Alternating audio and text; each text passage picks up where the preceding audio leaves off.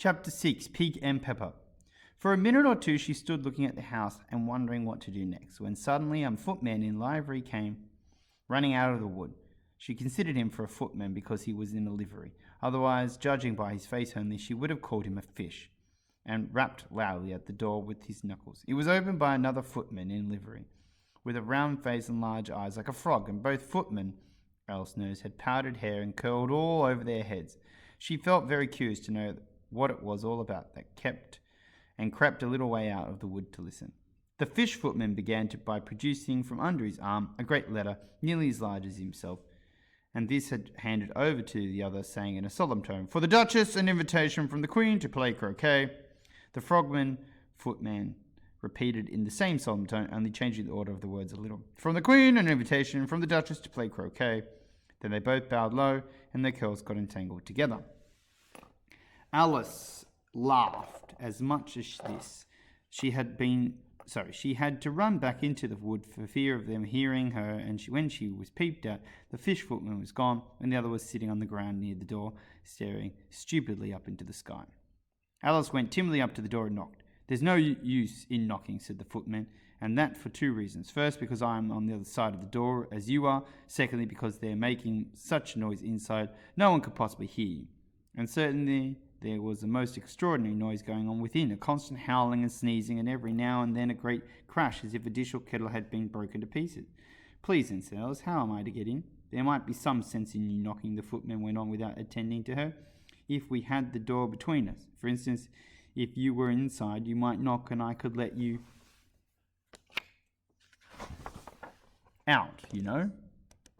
He was looking up into the sky all the time he was speaking, and this Alice thought decidedly uncivil. "But perhaps he can't help it," she said to herself. "His eyes are so very nearly at the top of his head. But at any rate, he might answer the question. How am I to get in?" she repeated aloud. "I shall sit here," the footman remarked, "till tomorrow." And at this moment the door of the house opened, and a large plate came skimmering out straight at the footman's head. It just grazed his nose and broke into pieces against one of the trees behind him. "Or next day, maybe," the footman continued in the same tone, exactly if nothing had happened. "How am I to get in?" asked Alice again in a louder tone. "Are you to get in at all?" said the footman. "That's the first question, you know." It was, no doubt, only Alice did not like to be told so. "It's really dreadful," she muttered to herself, "the way all the creatures argue. It's enough to drive one crazy."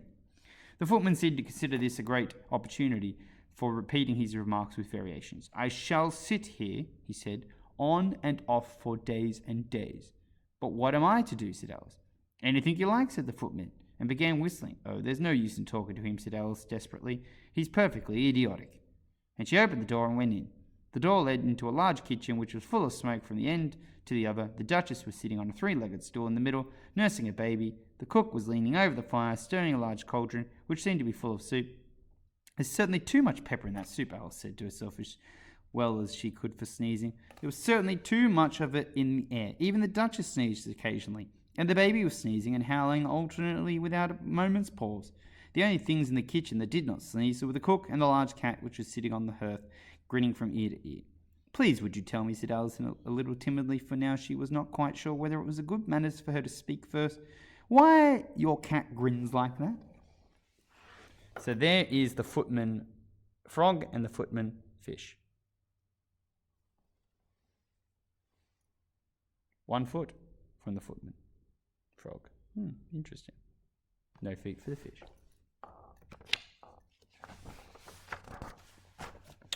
And there is the Duchess, the baby, and the cook. "Is that a Cheshire cat?" said the Duchess. "And that's why, pig." She said the last word with such sudden... "It's a Cheshire cat," said the Duchess. "And that's why, pig," she said with the last word with such sudden violence that Alice quite jumped. But she saw in another moment that it was addressed to the baby, and not to her, so she took courage and went on again. "I didn't know that Cheshire cats always grinned. In fact, I didn't know cats could grin." "They all can," said the Duchess, "and most of them do." "I don't know of any that do," Alice said very politely, feeling quite pleased to have got into a conversation. "You don't know much," said the Duchess, "and that's a fact." Alice did not like at all the tone of this remark, and thought it would be as well as to introduce some other subject of conversation. While she was trying to fix on one, the cook took the cauldron of soup off the fire and once set to work throwing everything within her reach at the Duchess and the baby.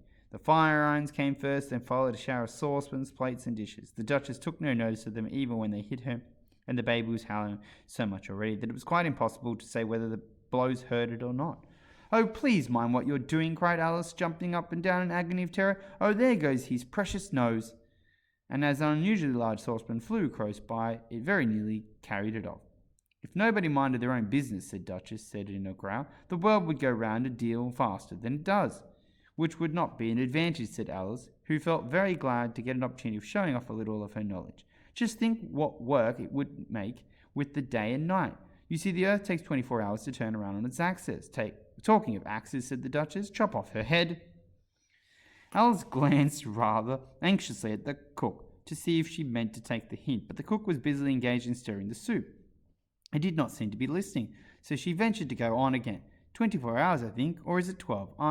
"Oh, don't bother me," said the Duchess. "I could never abide figures." And with that she began nursing her child again, singing a sort of lullaby to it as she did so, and giving it a violent shake at the end of every line.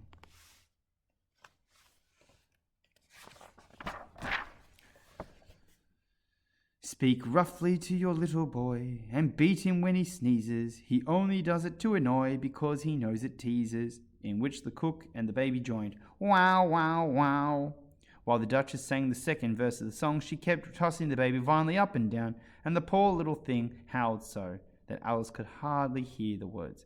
"I speak severely to my boy, I beat him when he sneezes, for he can thoroughly enjoy the pepper when he pleases. Wow, wow, wow." "Here, you may nurse it a bit if you like," said the Duchess said to Alice, flinging the baby at her as she spoke. "I must go and get ready to play croquet with the Queen." And she hurried off out of the room. The cook threw a frying pan after her as she went out, but it just missed her. Alice caught the baby with some difficulty, as if it was a queer-shaped little creature, and held out its arms and legs in all directions, just like a starfish, thought Alice. The poor little thing was snorting like a steam engine when she caught it, and kept doubling itself up and straightening itself out again, so that altogether for the first minute or two it was as much as she could do to hold it. As soon as she had made out the proper way of nursing it, which was to twist it up into a knot and then keep tight hold of its right ear and left foot so as to prevent its undoing itself, she carried it out into the open air. "If I don't take this child away with me," thought Alice, "they're sure to kill it in a day or two. Wouldn't it be murder to leave it behind?" She said the last words out loud, and the little thing grunted in reply. It had left off sneezing by this time. "Don't grunt," said Alice. "That's not at all the proper way of expressing yourself." The baby grunted again, and Alice looked very anxiously into its face to see what was the matter with it. There could be no doubt that it had a very turned-up nose, much more like a snout than a real nose. As its eyes were getting extremely small for a baby altogether, Alice did not see the look of the thing at all, but perhaps it was only sobbing, she thought, and looked into its eyes again to see if there were any tears. No, there were no tears. "If you're going to turn into a pig, my dear," said Alice seriously, "I'll have nothing more to do with you. Mind now." The poor thing sobbed again and grunted, and it was impossible to say which. When they went on for some while in silence, Alice was just beginning to think to herself, "Now, what am I to do with this creature when I get it home?" When it grunted again so violently, she looked down to its face in alarm. This time there could be no mistake about it. It was neither more nor less than a pig, and she felt that it would be quite absurd for her to carry it any further. So she set the little creature down. She felt quite relieved to see it trot away into the wood. If it had grown up, she said to herself, it would have made a dreadfully ugly child, but it makes rather a handsome pig, I think. And she began thinking of children she knew who might do very well as pigs, and was just saying to herself, if only one knew the right way to change them, when she was a little startled by seeing the Cheshire Cat sitting on the bough of a tree and a few yards off. The cat only grinned when it saw Alice. It looked good-natured, she thought, still it had very long claws and a great many teeth. She felt that it ought to be treated with respect. "Cheshire Puss," she began, rather timidly, as she did not know whether it would like the name. However, it only grinned a little wider. "Come, it's pleased so far," thought Alice. As she went on, "Would you tell me, please, which way I ought to go from here?" "That depends a great deal on where you want to get to," said the cat. "I don't much care where," Alice said. And there is the Cheshire Cat. Then it doesn't matter which way you go, said the cat.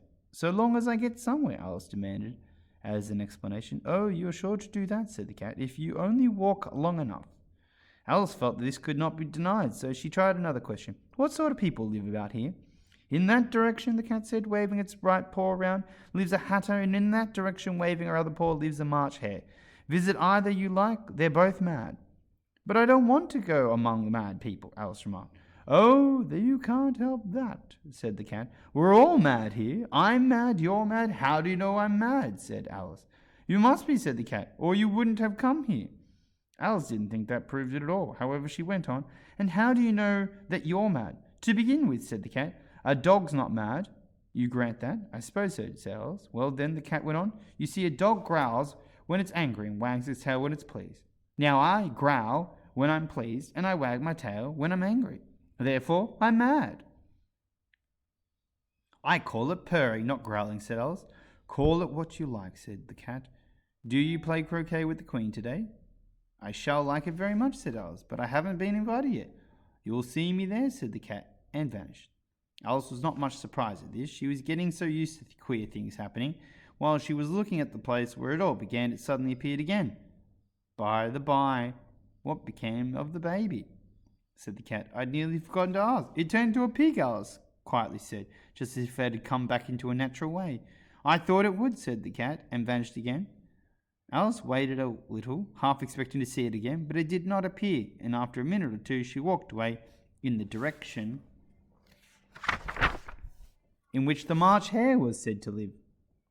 I've seen hatters before, she said to herself. The March hare will be much the most interesting, and perhaps if this is May, I won't be raving mad, at least not so mad as if it was in March. As she said this, she looked up, and there was the cat again, sitting on the branch of a tree. Did you say pig or fig? Said the cat. I said pig, replied Alice, and I wish you wouldn't keep appearing and vanishing so suddenly. You make one quite giddy. All right, said the cat, and this time it vanished quite slowly, beginning with the end of the tail, and ending with the grin, which remained some time after the rest of it had gone.